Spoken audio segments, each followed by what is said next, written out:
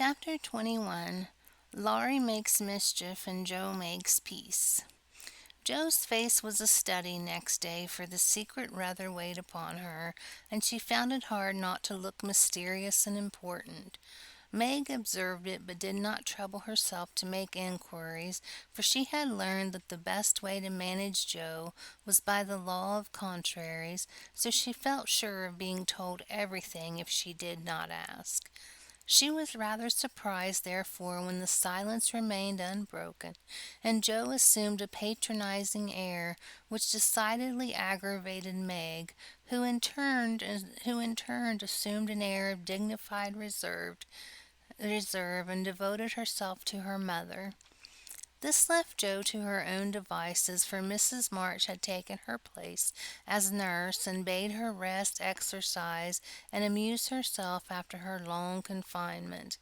Amy being gone, Laurie was her only refuge, and as much as she enjoyed his society, she rather dreaded him just then, for he was an incorrigible tease, and she feared he would coax the secret from her. She was quite right, for the mischief-loving lad no sooner suspected a mystery than he set himself to find it, and Joe led a trying life of it.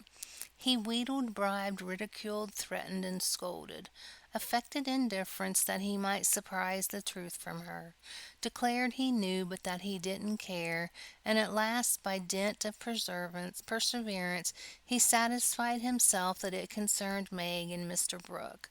Feeling indignant that he was not taken into his tutor's confidence, he set his wits to work to devise some proper retaliation for the slight. Meg, meanwhile, had apparently forgotten the matter, and was absorbed in preparations for her father's return, but all of a sudden a change seemed to come over her, and for a day or two she was quite unlike herself. She started when spoken to, blushed when looked at, and was very quiet, and sat over her sewing with a timid, troubled look on her face.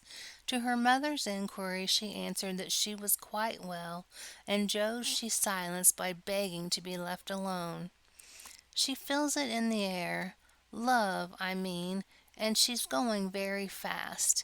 She's got most of the symptoms, is twittery and cross, doesn't eat, lies awake, and mopes in corners.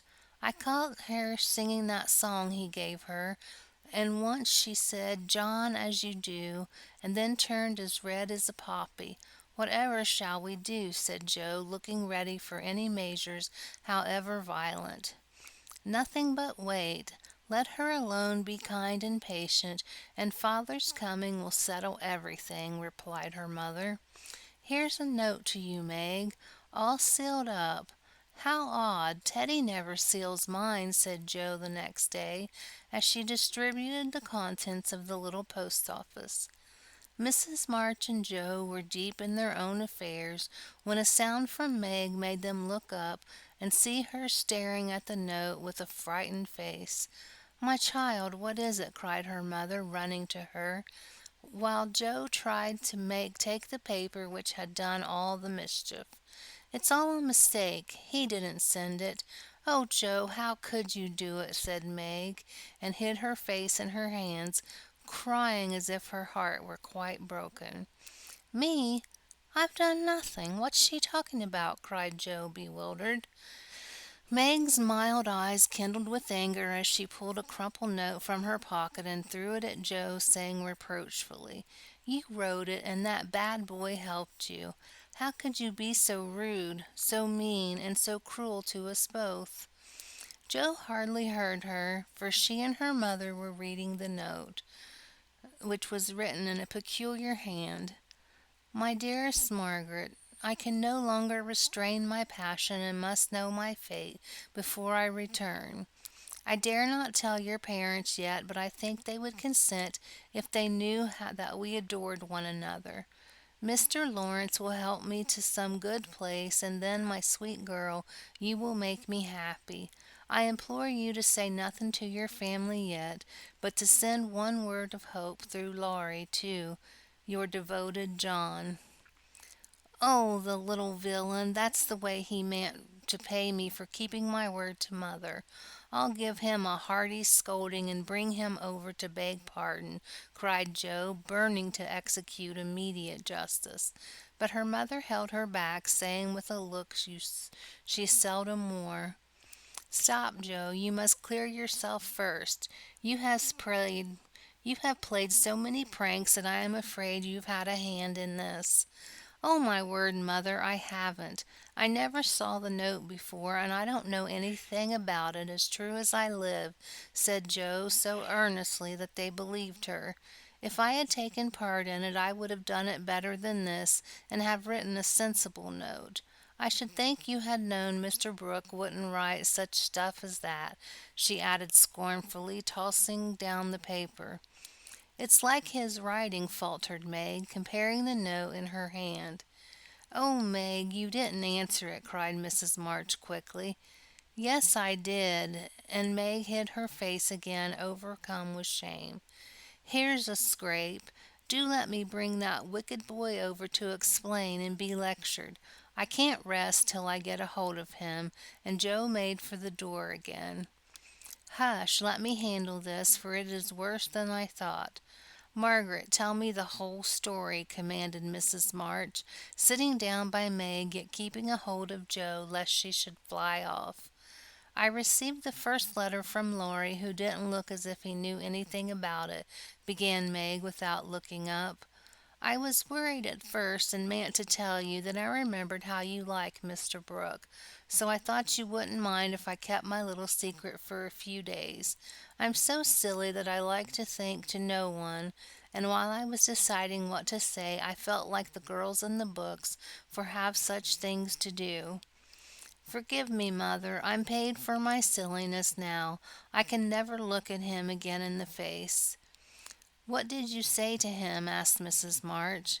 "I only said that I was too young to do anything about it yet, and I didn't wish to have secrets from you, and he must speak to father. I was very grateful for his kindness and would be his friend, but nothing more for a long time." Mrs. March smiled as if well pleased, and Joe clapped her hands, exclaiming with a laugh, "You are almost equal to Caroline Percy, who was a pattern of prudence. Tell on, Meg, what did he say to that?" "He writes in a very different way entirely, telling me that he never sent any love letter at all, and is very sorry that my roguish sister Joe should take liberties with our names. It's very kind and respectful, but think about how dreadful for me." Meg leaned against her mother, looking the image of despair, and Joe tramped about the room calling Laurie names. All of a sudden she stopped, caught up the two notes, and after looking at them closely, said decidedly, "I don't believe Brooke ever saw either of those letters. Teddy wrote both, but keeps yours to crow over me with, because I wouldn't tell him my secret." "Don't have any secrets, Joe. Tell it to mother and keep out of trouble, as I should have done," said Meg warningly. "Bless you, child. Mother told me." "That will do, Joe. I'll comfort Meg while you go and get Laurie. I shall sift the matter to the bottom and put a stop to such pranks at once." Away ran Joe, and Mrs. March gently told Meg Mr. Brooks' real feelings. "Now, dear, what are your own? Do you love him enough to wait till he can make a home for you, or will you keep yourself free for the present?" "I've been so scared and worried. I don't want to have anything to do with lovers for a long while, perhaps never," answered Meg petulantly. "If John doesn't know anything about this nonsense, don't tell him, and make Joe and Laurie hold their tongues. I won't be deceived and plagued and be made a fool of. It's a shame." Seeing Meg's usually gentle temper was roused and her pride hurt by this mischievous joke, Mrs. March soothed her by promises of entire silence and great discretion for the future. The instant Laurie's step was heard in the hall, Meg flitted into the study, and Mrs. March received the culprit alone. Joe had not told him while he was wanted, fearing he wouldn't come. but he knew the minute he saw Mrs. March's face, and stood twirling his hat with a guilty air which convicted him at once. Joe was dismissed, but chose to march up and down the hall like a sentinel, having some fear that the prisoner might bolt. The sound of the voices in the parlor rose and fell for half an hour, but what happened during that interview the girls never knew. When they were called in, Laurie was standing by their mother with such a penitent face that Joe forgave him on the spot, but did not think it was wise to betray the fact. Meg received his humble apology and was much comforted by the assurance that Brooke knew nothing of the joke. "I'll never tell him to do till my dying day. Wild horses shan't drag it out of me, so you'll forgive me, Meg, and I'll do anything to show how very out and out sorry I am," he nodded, looking very much ashamed of himself. "I'll try, but it was a very ungentlemanly thing to do. I didn't think you could be so sly and malicious, Laurie," replied Meg, trying to hide her maidenly confusion under a gravely reproachful air. "It was altogether abominable, and I don't deserve to be spoken to for a month. But you will, though, won't you?" And Laurie folded his hands together with such an imploring gesture, as he spoke in his irresistibly persuasive tone, that it was impossible to frown upon him in spite of his scandalous behavior. Meg pardoned him, and Mrs. March's grave face relaxed, in spite of her efforts to keep sober, when she heard him declare that he would atone for his sins by all sorts of penances, and abase himself like a worm before the injured damsel. Joe stood aloof, meanwhile trying to harden her heart against him, and it succeeded only in primming up her face into an expression of entire disapprobation. Laurie looked at her once or twice, but as she showed no sign of relenting, he felt injured, and turned his back on her till the others were done with him, which he made her a low bow when he made her a low bow and walked off without a word. As soon as he had gone, she wished she had been more forgiving, and when Meg and her mother went upstairs, she felt lonely and longed for Teddy. After resisting for some time, she yielded to the impulse, armed with a book to return, went over to the big house. "Is Mr. Lawrence in?" asked Joe of a housemaid who was coming downstairs. "Yes, ma'am, but I don't believe he's seeable just yet."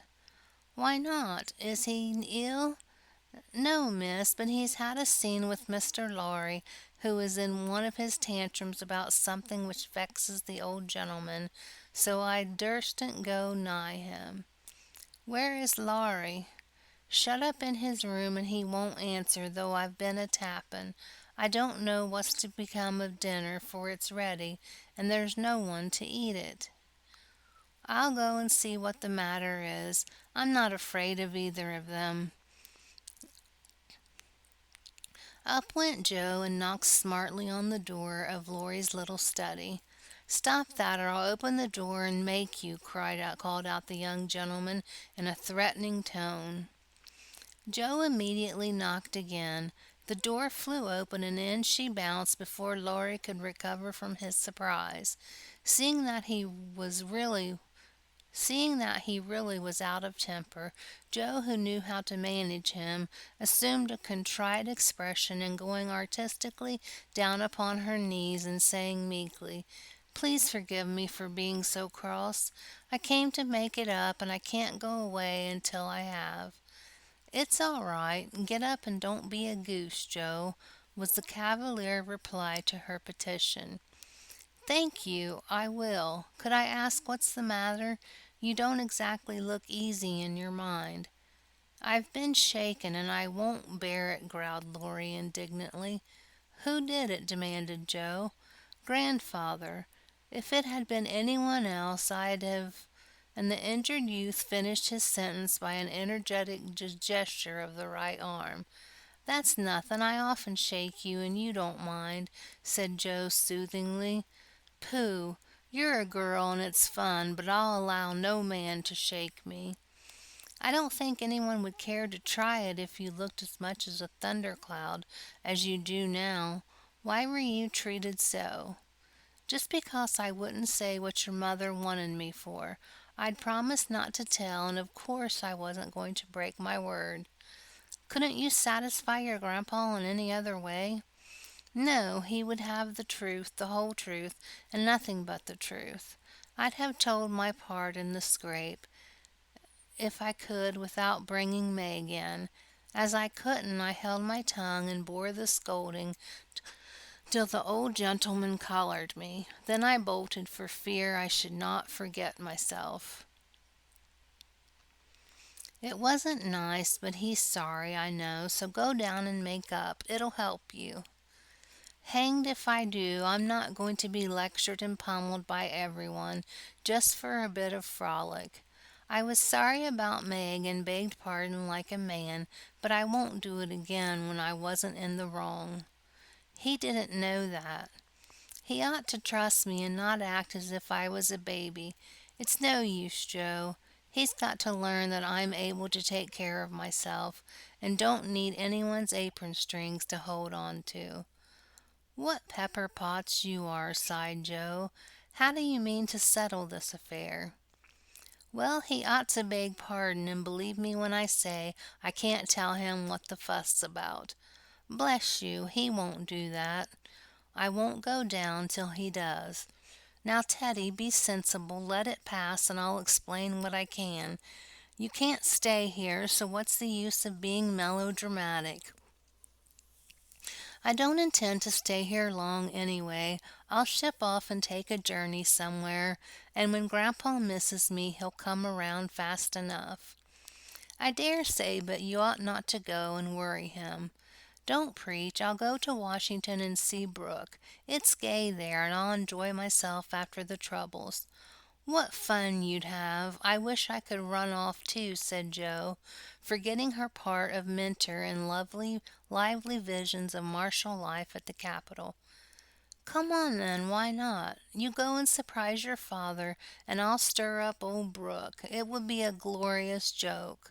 Let's do it, Joe. We'll have a letter saying we are all right, and trot off at once. I've got money enough. It will do you good and no harm, as you go to your father."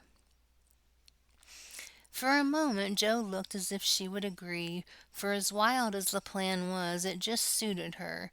She was tired of care and confinement, longed for change, and thoughts of her father, blending temptingly with the novel charms of camps and hospitals, liberty and fun. Her eyes kindled as they turned wistfully towards the window, but they fell on the old house opposite, and she shook her head with sorrowful decision. "If I was a boy we'd run away together and have a capital time, but as I'm a miserable girl I must be proper and stop at home. Don't tempt me, Teddy. It's a crazy plan." "That's the fun of it," began Laurie, who had got a wilful fit on him and was possessed to break out of the bounds in some way. "Hold your tongue," cried Joe, covering her ears. "Prunes and prisms are my doom, and I may as well make up my mind to it. I came here to moralize, not to hear things that make me skip to think of." "I know Meg would be a wet blanket, such a proposal, but I thought you had more spirit," began Laurie insinuatingly. "Bad boy, be quiet. Sit down and think of your own sins. Don't go making me add to mine. If I get your grandpa to apologize from the shaking, will you give up running away?" asked Joe seriously. "Yes, but you won't do it," answered Laurie, who wished to make up, but felt that his outraged dignity must be appeased first. "If I can manage the young one, I can the old one," muttered Joe, as she walked away, leaving Laurie bent over a railroad map, with his head propped up on both hands. "Come in," said Mr. Lawrence's gruff voice, sounding gruffer than ever, as Joe tapped at his door. "It's only me, sir, come to return a book," she said blandly as she entered. "Want any more?" asked the old gentleman, looking grim and vexed, but trying not to show it. "Yes, please. I like old Sam so well I think I'll try the second volume," returned Joe, hoping to propitiate him by accepting a second dose of Boswell's Johnson, as he had recommended the lively work. The shaggy eyebrows unbent a little as he rolled the steps toward the shelf where the Johnsonian literature was placed. Joe skipped up and sitting on the top shelf affected to be searching for her book, but was really wondering how best to introduce the dangerous subject of her visit. Mr. Lawrence seemed to suspect that something was brewing in her mind, for after taking several brisk turns about the room, he faced round on her, speaking so abruptly that Rassel's tumbled face downward on the floor. "What has that boy been about? Don't try to shield him. I know he has been in mischief by the way he acted when he came home. I can't get a word from him, and when I threatened to shake the truth out of him, he bolted upstairs and locked himself in his room. He did wrong, but we forgave him, and all promised not to say a word to anyone," began Joe reluctantly. "That won't do. He shall not shelter himself behind a promise from you soft-hearted girls. If he's done anything amiss, he shall confess, beg pardon, and be punished. Out with it, Joe. I won't be kept in the dark." Mr. Lawrence looked so alarming, and spoke so sharply, that Joe would have gladly run away if she could. But she was perched aloft on the steps, and he stood at the foot, a lion in the path, so she had to stay and brave it out. "Indeed, sir, I cannot tell. Mother forbade it. Laurie has confessed, asked pardon, and been punished quite enough. We don't keep silence to shield him, but someone else, and it will make more trouble if you interfere. Please don't. It was partly my fault, but it's all right now, so let's forget it and talk about the Rambler or something pleasant." "Hang the Rambler! Come down and give me your word that this harum-scarum boy of mine hasn't done anything ungrateful or impertinent. If he has, after all your kindness to him, I'll thrash him with my own hands." The threat sounded awful, but did not alarm Joe, for she knew the irascible old gentleman would never lift a finger against his grandson, whatever he might say to the contrary. She obediently descended and made as light of the prank as she could, without betraying Meg or forgetting the truth. "Ha! Well, if the boy held his tongue because he promised, and not from obstinacy, I'll forgive him. He's a stubborn fellow and hard to manage," said Mr. Lawrence, rubbing up his hair till it looked as if he had been out in a gale, smoothing the frown from his brow with an air of relief. "So am I, but a kind word will govern me when all the king's horses and all the king's men couldn't," said Joe, trying to say a kind word for her friend, who seemed to get out of one scrape only to fall into another. "You think I'm not kind to him, Hay?" was the sharp answer. "Oh, dear no, sir. You are rather too kind sometimes, and then just a trifle hasty when he tries your patience. Don't you think you are?"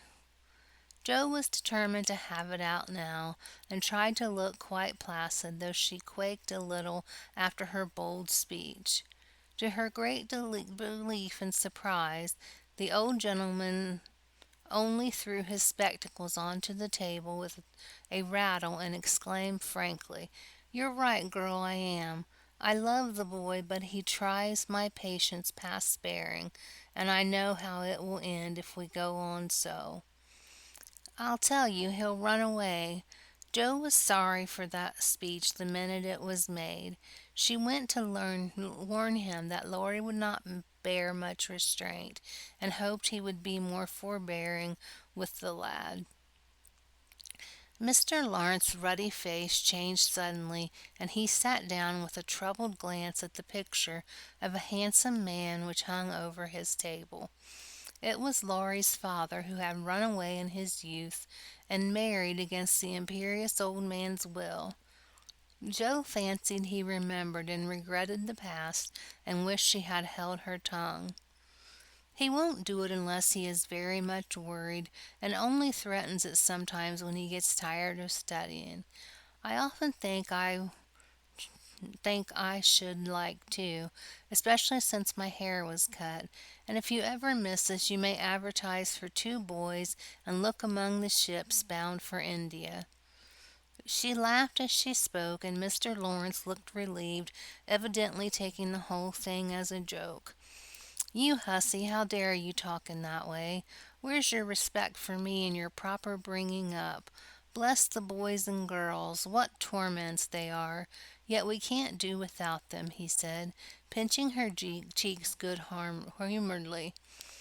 "Go and bring that boy down to his dinner and tell him it's all right, and advise him not to put on tragedy airs with his grandfather. I won't bear it." "He won't come, sir. He feels badly because you didn't believe him when he said he couldn't tell.